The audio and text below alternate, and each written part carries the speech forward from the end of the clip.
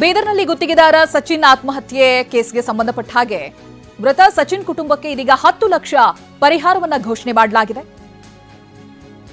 ಕುಟುಂಬಕ್ಕೆ ಸಾಂತ್ವನವನ್ನ ಹೇಳಿ ಅನಂತರದಲ್ಲಿ ಪರಿಹಾರವನ್ನ ಘೋಷಣೆ ಮಾಡಿದ್ದಾರೆ. ಸಚಿವ ಈಶ್ವರ್ ಖಂಡ್ರೆ ಸಚಿನ್ ಕುಟುಂಬಕ್ಕೆ 10 ಲಕ್ಷ ಪರಿಹಾರದ ಘೋಷಣೆ ಮಾಡಿದ್ದಾರೆ. ಬೀದರ್ ಉಸ್ತುವಾರಿ ಸಚಿವ ಈಶ್ವರ್ ಖಂಡ್ರೆ ಅವರು ಇವತ್ತು ಕುಟುಂಬಕ್ಕೆ ಸಾಂತ್ವನ ಹೇಳಿದ್ರು. ಅನಂತರದಲ್ಲಿ ಸಚಿನ್ ಕುಟುಂಬಕ್ಕೆ 10 ಲಕ್ಷ ಪರಿಹಾರವನ್ನ ಘೋಷಣೆ ಮಾಡಿದ್ದಾರೆ. ಒಂದು ಕಡೆಯಲ್ಲಿ ಬಿಜೆಪಿ ನಾಯಕರು ಆಗ್ರಹಿಸ್ತಾ ಇದ್ದಾರೆ, ಇದು ಸಿಬಿಐ ತನಿಖೆ ಆಗಬೇಕು, ಯಾರ ತಪ್ಪಿದೆ ಏನಾಗಿದೆ ಅವೆಲ್ಲವೂ ಕೂಡ ಹೊರಗೆ ಬರಬೇಕು ಅನ್ನೋದಾಗಿ. ಈ ನಡುವೆ ಈಶ್ವರ್ ಖಂಡ್ರೆ ಅವರು ಇವತ್ತು ಕುಟುಂಬಕ್ಕೆ ಸಾಂತ್ವನವನ್ನ ಹೇಳಿದ್ರು. ಇದು ಅವರು ಮನೆಗೆ ಭೇಟಿ ನೀಡಿದಂತ ದೃಶ್ಯಗಳು.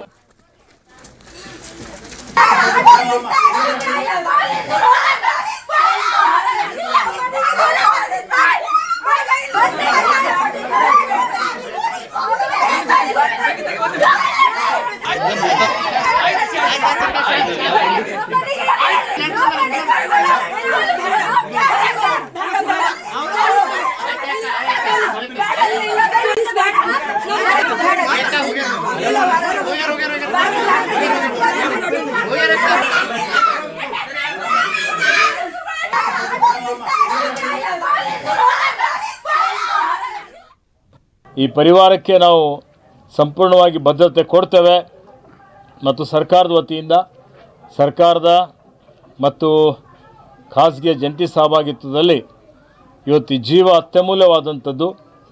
ಜೀವ ಮತ್ತೆ ಪುನಃ ಬರೋದಿಲ್ಲ.